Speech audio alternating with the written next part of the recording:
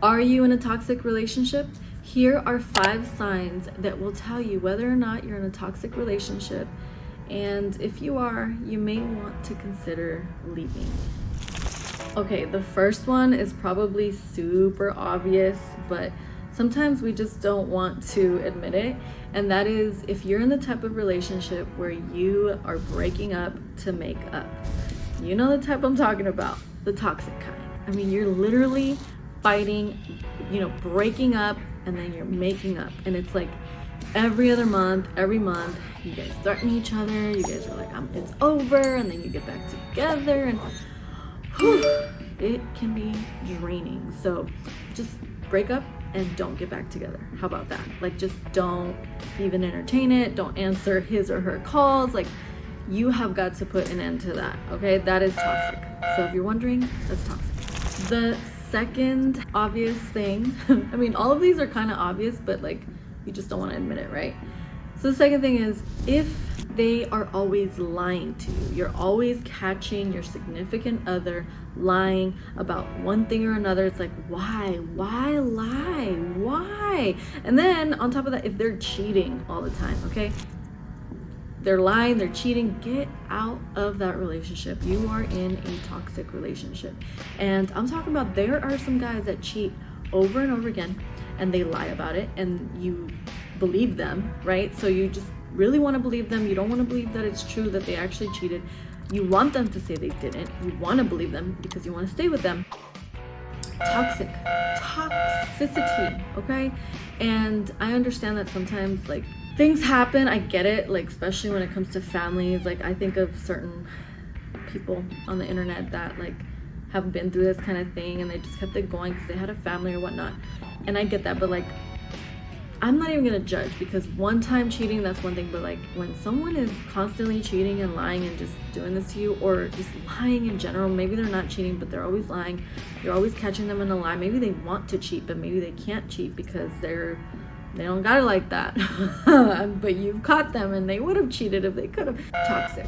The third and another obvious one is, if you are in a physically or mentally, spiritually abusive relationship.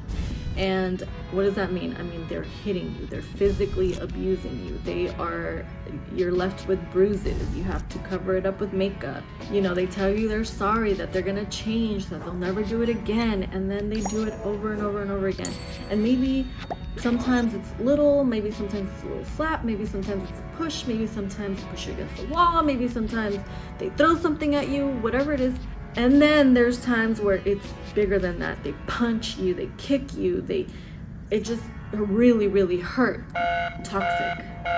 Get out of that relationship. Give me a thumbs up if you agree with me. It's toxic. It's a toxic relationship. Get out, run away. They're never gonna change. I can get so much deeper into each one of these, but this is just a general video. But let me know, comment if you want to know more on how to get out of these type of relationships, what to do if you're in this relationship, how to know if they're gonna maybe cheat more than once, or maybe hit you again, or there's so much I could talk about.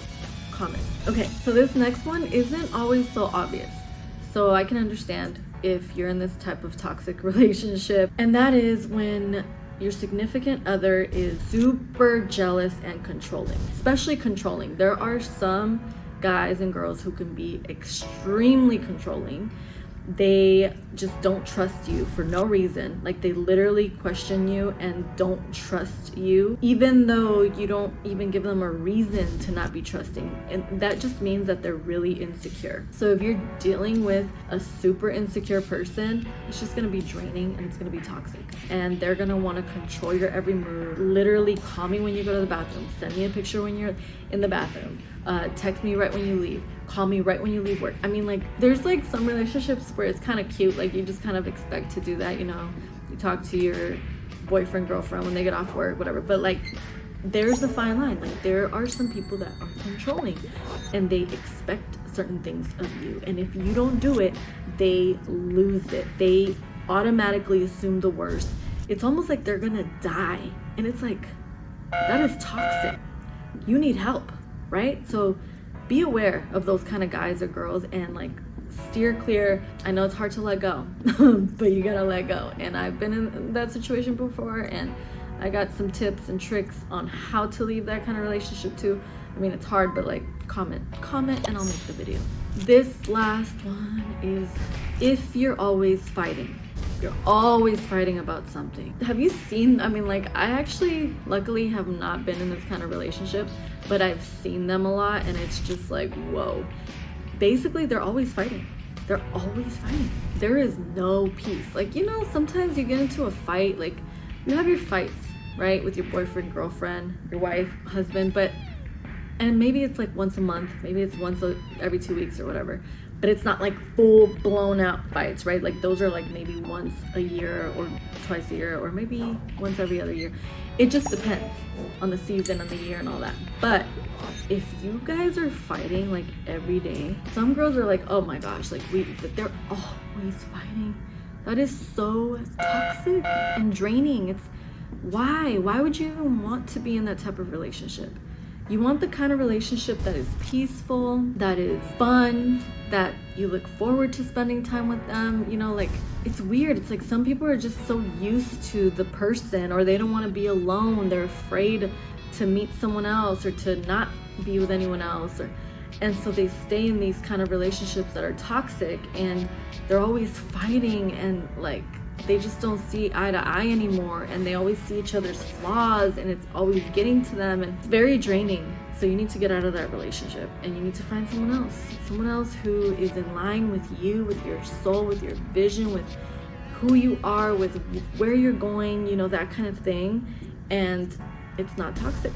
If you guys know of any other toxic kind of relationships or people, or, well, not people, but relationships, comment down below.